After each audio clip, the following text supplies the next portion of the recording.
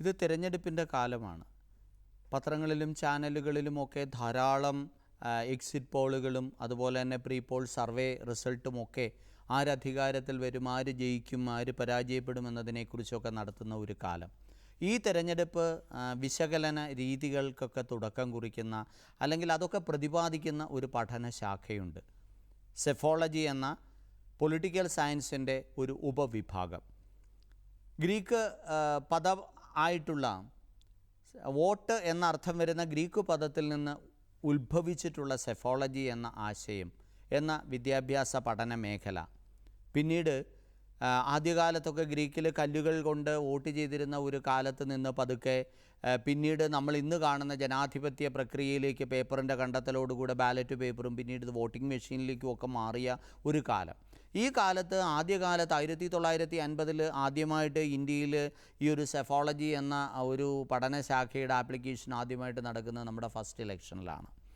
വളരെ കാലങ്ങൾക്ക് മുമ്പ് തന്നെ 1930കളിലൊക്കെ തന്നെ വോട്ടിങ്ങുമായിട്ട് ബന്ധപ്പെട്ട പഠനങ്ങളും ഇവാലുവേഷനും അനാലിസിസും ഒക്കെ ആരംഭിച്ചു കഴിഞ്ഞിരുന്നു. തുടർന്ന് കാലങ്ങൾ മുന്നോട്ട് പോയി മീഡിയയുടെ കാലം, പിന്നീട് ഡിജിറ്റൽ മീഡിയയുടെ കാലം എന്നൊക്കെ മാറ്റപ്പെട്ടപ്പോൾ ഇതിൻ്റെ മേഖലകൾ വളരെയധികം ഡൈവേഴ്സിഫൈ ചെയ്യപ്പെട്ടു. കേവലം ഒരു പൊളിറ്റിക്കൽ സയൻസ് സബ്ജക്റ്റ് എന്നതിനപ്പുറത്തേക്ക് കൂടുതലായിട്ടുള്ള ടെക്നോളജിയുടെയും സ്റ്റാറ്റിസ്റ്റിക്സിൻ്റെയും സോഷ്യോളജിയുടെയും ഒക്കെ ആപ്ലിക്കേഷൻസ് പിന്നീട് വരുന്ന ഒരു സാധ്യത നമുക്ക് കാണാൻ കഴിഞ്ഞു. അതും കഴിഞ്ഞ് ഈ ഡിജിറ്റൽ യുഗത്തിലേക്ക് എത്തിയപ്പോൾ ആർട്ടിഫിഷ്യൽ ഇൻ്റലിജൻസിൻ്റെയും ഡേറ്റാ സയൻസിൻ്റെയും ഒക്കെ സാധ്യതകളെയും ഇവിടെ ഉപയോഗിക്കാൻ തുടങ്ങി. ജനങ്ങളുടെ ചിന്തകളെ പോലും സ്വാധീനിക്കുന്ന തരത്തിലേക്ക് പ്രചരണത്തിൽ സെഫോളജിയെ അപ്ലൈ ചെയ്യുന്ന തരത്തിലേക്ക് മാറി. പണ്ട് നമ്മൾ പ്രീ പോൾ സർവേയും എക്സിറ്റ് പോൾ സർവേയും മാത്രം ചെയ്തിരുന്നു എങ്കിൽ ഇന്ന് തെരഞ്ഞെടുപ്പ് പ്രചരണ രംഗത്ത് ജനങ്ങളെ എങ്ങനെ സ്വാധീനിക്കാൻ കഴിയും, ഓരോ രാഷ്ട്രീയ പാർട്ടിയുടെയും പ്രൊപ്പഗാൻഡകളെ എങ്ങനെയാണ് അവതരിപ്പിക്കാൻ കഴിയുക, അവരുടെ ആശയങ്ങളെ എങ്ങനെയാണ് ജനങ്ങളിലേക്ക് എത്തിക്കാൻ കഴിയുക, സ്ഥാനാർത്ഥിയുടെ മികവിനെ ഏത് രീതിയിൽ അവതരിപ്പിക്കാൻ കഴിയുമെന്നതിനെക്കുറിച്ചൊക്കെ പഠിക്കുന്ന നിരവധി കൺസൾട്ടിംഗ് ഏജൻസികൾ ലോകമെമ്പാടും ഉരുത്തിരിഞ്ഞു വരികയുണ്ടായി. ആ കൺസൾട്ടിംഗ് ഏജൻസികൾ തിരഞ്ഞെടുപ്പ് പ്രവർത്തനത്തിനെ മൈക്രോ ലെവലിൽ ഇവാലുവേറ്റ് ചെയ്യാനും ജനങ്ങളുടെ ചിന്താശേഷികളെ പോലും സ്വാധീനിക്കുന്ന തരത്തിൽ സൈക്കോളജിക്കലി ബിഹേവിയറൽ സയൻസിനെ നോക്കിക്കൊണ്ട് വളരെ ഇമോഷണലായിട്ടുള്ള സാധ്യതകളെ പോലും ഉപയോഗിക്കാൻ കഴിയുന്ന തരത്തിൽ വളരെ പെട്ടെന്ന് ജനങ്ങളെ ആകർഷിക്കുന്ന തരത്തിലുള്ള പരസ്യവാചകങ്ങളും പ്രചരണ ഉപാധികളും രീതികളുമൊക്കെ ആവിഷ്കരിക്കുന്ന തരത്തിലേക്ക് മാറ്റപ്പെടുകയുണ്ടായി. ഈ വളർച്ചയുടെ ലോകത്ത് നമ്മൾ നോക്കുമ്പോൾ കേവലം ഒരു പൊളിറ്റിക്കൽ സയൻസിൻ്റെ ഭാഗമായിട്ടുള്ള ഒരു പഠന മേഖല എന്നതിനപ്പുറത്തേക്ക് വളരെ വിശാലമായ മാത്തമാറ്റിക്കൽ ആപ്ലിക്കേഷനും സ്റ്റാറ്റിസ്റ്റിക്കൽ ടൂളുകളും ഒക്കെ ഉപയോഗിക്കുന്ന തരത്തിലേക്കുള്ള വളർച്ചയാണ് ആദ്യഘട്ടത്തിലുണ്ടായത്. നമ്മൾ പൊളിറ്റിക്കൽ സയൻസിൻ്റെ ഭാഗമായിട്ടുള്ള ജസ്റ്റ് ഇവാലുവേഷൻ എന്നതിനപ്പുറത്തേക്ക് എക്സിറ്റ് പോളുകളൊക്കെ ആരംഭിച്ചു കഴിഞ്ഞപ്പോഴത്തേക്കും പതുക്കെ അതിനകത്ത് സ്റ്റാറ്റിസ്റ്റിക്കൽ മാത്തമാറ്റിക്കൽ ടൂളുകൾ അപ്ലൈ ചെയ്യാൻ തുടങ്ങി. ആ മാത്തമാറ്റിക്കൽ അല്ലെങ്കിൽ സ്റ്റാറ്റിസ്റ്റിക്കൽ ടൂളുകൾ അപ്ലൈ ചെയ്ത് തുടങ്ങിയപ്പോഴത്തേക്കും കുറച്ചുകൂടി ആക്യുറസി വരാൻ തുടങ്ങി. സ്ക്യൂനെസ് ഒക്കെ ഇവാലുവേറ്റ് ചെയ്തുകൊണ്ട് റിസൾട്ടിനെ കൃത്യമായിട്ട് ഇവാലുവേറ്റ് ചെയ്യാൻ കഴിയുന്ന, പ്രസൻറ്റ് ചെയ്യാൻ കഴിയുന്ന, അനലൈസ് ചെയ്യാൻ കഴിയുന്ന തരത്തിലേക്ക് കാര്യങ്ങൾ മാറ്റപ്പെടുകയുണ്ടായി. വീണ്ടും അടുത്ത ഒരു സ്റ്റേജിലേക്ക് വന്നപ്പോഴത്തേക്കുമാണ് സൈക്കോളജി അപ്ലൈ ചെയ്യാൻ തുടങ്ങിയത്, സോഷ്യോളജി അപ്ലൈ ചെയ്യാൻ തുടങ്ങിയത്. സോഷ്യോളജിയും സൈക്കോളജിയും അപ്ലൈ ചെയ്തിരുന്ന മേഖലയിൽ നിന്ന് ഇന്ന് ഈ ഒരു ഡിജിറ്റൽ യുഗത്തിലേക്ക് എത്തിയപ്പോഴാണ് ആർട്ടിഫിഷ്യൽ ഇൻ്റലിജൻസിൻ്റെയും യൂട്യൂബിൻ്റെയും മെറ്റയുടെയും ഒക്കെ ഡേറ്റകളെയും ഒക്കെ ഉപയോഗിച്ചുകൊണ്ടുള്ള പ്രചരണ സാധ്യതകളെയൊക്കെ ഉപയോഗപ്പെടുത്തുന്ന തരത്തിലേക്ക് വളരെ വിശാലമായ തലത്തിലേക്കും ഈ ഒരു സെഫോളജി പതുക്കെ മാറ്റപ്പെട്ടത്. അങ്ങനെ സെഫോളജിയുടെ സാധ്യതകളെ നമ്മൾ കണ്ടെത്തുമ്പോഴത്തേക്കും പ്രധാനമായിട്ടും സർക്കാർ ജോലി എന്നതിന് ഉള്ള പരിമിതമായ അവസരങ്ങളാണ് സർക്കാർ മേഖലയിലുള്ളതെന്ന് കാണാം. പക്ഷേ അതിനേക്കാളുമൊക്കെ വലിയ തോതിലുള്ള, കാരണം ഒരു ജനാധിപത്യ രാജ്യമെന്ന് പറയുമ്പോൾ ഇന്ത്യയെ സംബന്ധിച്ചിടത്തോളം നിരന്തരം തിരഞ്ഞെടുപ്പുകൾ നടന്നുകൊണ്ടിരിക്കുന്ന, അതായത് ത്രിതല പഞ്ചായത്തിലേക്കുള്ള തിരഞ്ഞെടുപ്പുകൾ, അതിനുശേഷം സംസ്ഥാന സർക്കാരിനെ തിരഞ്ഞെടുക്കുന്നതിനുള്ള തിരഞ്ഞെടുപ്പുകൾ, ലോക്സഭയിലേക്കുള്ള തിരഞ്ഞെടുപ്പുകൾ, ഇങ്ങനെ രാജ്യമെമ്പാടുമുള്ള തിരഞ്ഞെടുപ്പ് പ്രക്രിയയിൽ വലിയ തോതിൽ റോളുകൾ പ്ലേ ചെയ്യാൻ കഴിയുന്ന തരത്തിലേക്ക് ഒരു ഇൻഫ്ലുവൻസിങ് ഫാക്ടറായിട്ട് സെഫോളജി ഇന്ന് മാറ്റപ്പെട്ടിരിക്കുന്നു. വിദേശ രാജ്യങ്ങളിൽ നടക്കുന്ന തിരഞ്ഞെടുപ്പുകളിൽ കൺസൾട്ടിംഗ് ഏജൻസികളായിട്ട് ധാരാളം ആൾക്കാരെ അപ്പോയിൻറ്റ് ചെയ്യുന്ന തരത്തിലേക്ക് പ്രചരണ മേഖലകൾ മാറ്റപ്പെട്ടിരിക്കുന്നു. അപ്പോൾ കേവലം ഒരു തിരഞ്ഞെടുപ്പ് വിശകലനം എന്നതിൽ നിന്ന് കാതങ്ങളോളം മാറി അല്ലെങ്കിൽ വളർന്ന് വലിയ തോതിലുള്ള മാറ്റങ്ങൾക്ക് വിധേയമായി സ്റ്റാറ്റിസ്റ്റിക്കൽ ടൂളുകളും AI ടൂളുകളും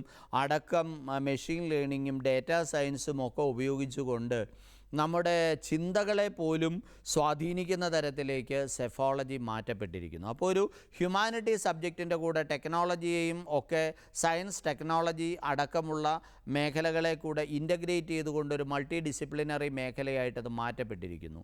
ബിഹേവിയറൽ സയൻസിനെ സൈക്കോളജിയും അതിനകത്ത് ഉൾപ്പെടുത്തപ്പെട്ടിരിക്കുന്നു. അപ്പോൾ ഇതെല്ലാം കൂടെ ചേരുന്ന ഒരു മൾട്ടി ഡിസിപ്ലിനറി കോർ ഏരിയ എന്നതിനപ്പുറത്തേക്ക് ഒരു മൾട്ടി ഡിസിപ്ലിനറി ഏരിയയായിട്ട് സെഫോളജി മാറ്റപ്പെടുകയും അത് പഠിക്കുന്നതിന് താല്പര്യമുള്ള കുട്ടികൾക്ക് പണ്ട് ഹ്യൂമാനിറ്റീസ് സബ്ജക്റ്റിലുള്ള താല്പര്യം എന്നതിനപ്പുറത്തേക്ക് ഇന്ന് സ്റ്റാറ്റിസ്റ്റിക്സ്, മാത്സ്, അതുപോലെ തന്നെ പൊളിറ്റിക്കൽ സയൻസ്, അതുപോലെ തന്നെ സോഷ്യോളജി, ബിഹേവിയറൽ സയൻസ് അടക്കമുള്ള സബ്ജക്റ്റുകളിലും കമ്പ്യൂട്ടർ പ്രൊഫിഷ്യൻസിയും AI സബ്ജക്റ്റിലുള്ള നോളജും എല്ലാം കൂടെ ചേരുന്ന തരത്തിലേക്ക് സെഫോളജി ഒരു പഠന മേഖല ഇൻ്റർ ഡിസിപ്ലിനറി ആക്കി മാറ്റപ്പെട്ടിരിക്കുന്നു.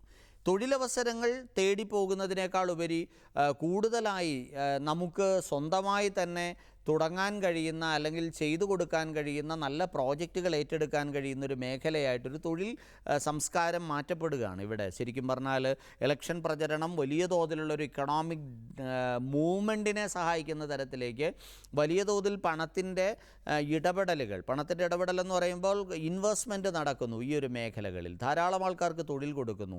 ഇക്കോണമിയുടെ മൂവ്മെൻറ്റിനെ സഹായിക്കുന്ന തരത്തിലേക്ക് ഒരുപക്ഷെ തിരഞ്ഞെടുപ്പ് മാറ്റപ്പെടുന്ന ഒരു മേഖല. പലപ്പോഴും നമ്മൾക്ക് ടെലിവിഷൻ ചാനലുകളൊക്കെ വളരെ കോമൺ ആയി കഴിഞ്ഞപ്പോഴത്തേക്കും നമ്മൾ നോക്കുമ്പോഴറിയാം night evaluation, election night evaluations ഒക്കെ വലിയ തോതിൽ നടക്കുന്ന സാധ്യതകൾ.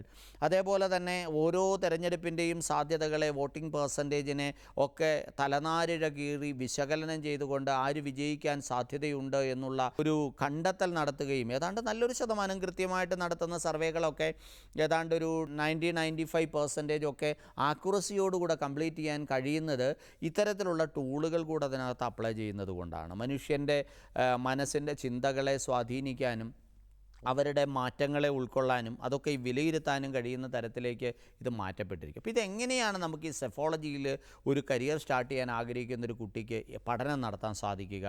അണ്ടർ ഗ്രാജുവേറ്റ് പ്രോഗ്രാമിൽ എക്കണോമിക്സ്, അതുപോലെ തന്നെ പൊളിറ്റിക്കൽ സയൻസ്, അതുപോലെ തന്നെ താല്പര്യമുള്ള കുട്ടികൾക്ക് AIയും ഡേറ്റാ സയൻസും ഒക്കെ എടുക്കാനായിട്ട് കഴിയും. പൊളിറ്റിക്കൽ സയൻസും ഇക്കണോമിക്സും സ്റ്റാറ്റിസ്റ്റിക്സും ഒക്കെ പഠിച്ചിട്ടുള്ള കുട്ടികൾക്ക് ഈ മേഖലയിലേക്ക് കടന്നു വരാനായിട്ട് കഴിയും. അപ്പോൾ ഇതിൽ ഇങ്ങനെയുള്ളൊരു സബ്ജക്റ്റിൽ അത്യാവശ്യം ബേസോട് കൂടിയിട്ടൊരു അണ്ടർ ഗ്രാജുവേഷൻ കംപ്ലീറ്റ് ചെയ്യുക, ഒരു ഡിഗ്രി എടുക്കുക.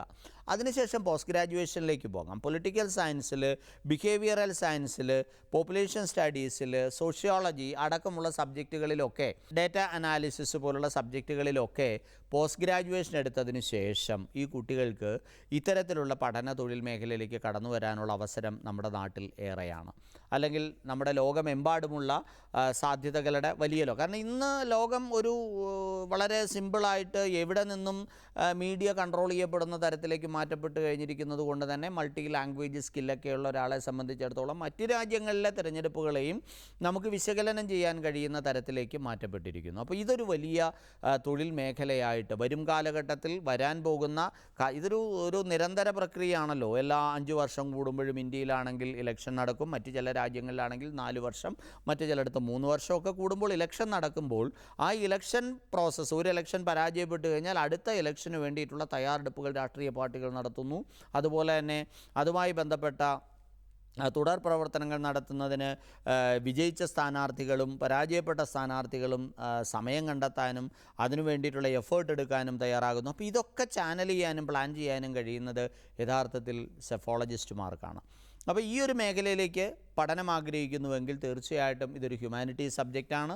എന്ന് പറഞ്ഞാൽ അതൊരു മൾട്ടി ഡിസിപ്ലിനറി ഏരിയ ആയിട്ട് മാറ്റപ്പെട്ടത് കൊണ്ട് തന്നെ അതിനകത്ത് സ്റ്റാറ്റിസ്റ്റിക്കൽ ആപ്ലിക്കേഷൻസും അതുപോലെ തന്നെ AI അടക്കമുള്ള കാര്യങ്ങളുമൊക്കെ നമ്മൾ ഇൻ്റഗ്രേറ്റ് ചെയ്യപ്പെട്ടിട്ടുള്ളത് കൊണ്ട് തന്നെ ഇതൊരു പ്യുവർ ഹ്യൂമാനിറ്റീസ് സബ്ജക്റ്റ് അല്ലെങ്കിൽ ആർട്സ് വിഷയമെന്ന് ഇന്ന് പറയാൻ കഴിയാത്ത തരത്തിലേക്ക് മാറ്റപ്പെട്ടിരിക്കുന്നു.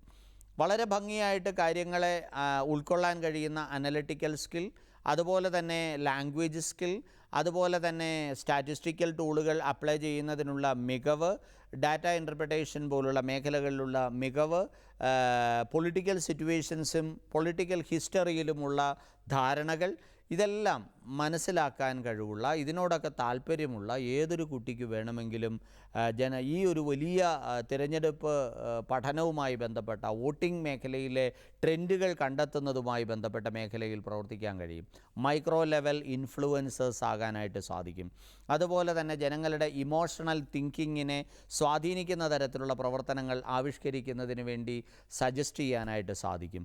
അതേപോലെ തന്നെ ആര് ഈ രാജ്യം ഭരിക്കണം എന്ന് തീരുമാനിക്കാനുള്ള ജനങ്ങളുടെ ചിന്താശേഷിയെ സ്വാധീനിക്കാൻ, അതിനെ വിപുലപ്പെടുത്താൻ, ഓരോ നേട്ടങ്ങളും കോട്ടങ്ങളും ജനങ്ങളിലേക്ക്, ഓരോ സ്ഥാനാർത്ഥിയുടെയും രാഷ്ട്രീയ പ്രസ്ഥാനങ്ങളുടെയും നേട്ടങ്ങളെയും ഭരണ നേട്ടങ്ങളെയും പാളിച്ചകളെയും ജനങ്ങളിലേക്ക് എത്തിക്കാനും ഒക്കെ ശ്രമിക്കുന്ന വലിയ വലിയ ക്യാമ്പയിനുകളുടെ ഭാഗമാകുന്നതിനും, അതിൻ്റെ ഇവാലുവേഷനുകളിലൂടെ വലിയ വലിയ pre poll exit poll predictions നടത്തുന്നതിനും ഒക്കെയുള്ള സാധ്യതകളാണ് യഥാർത്ഥത്തിൽ സെഫോളജി നമുക്ക് മുമ്പിൽ തുറന്നു നൽകുന്നത്.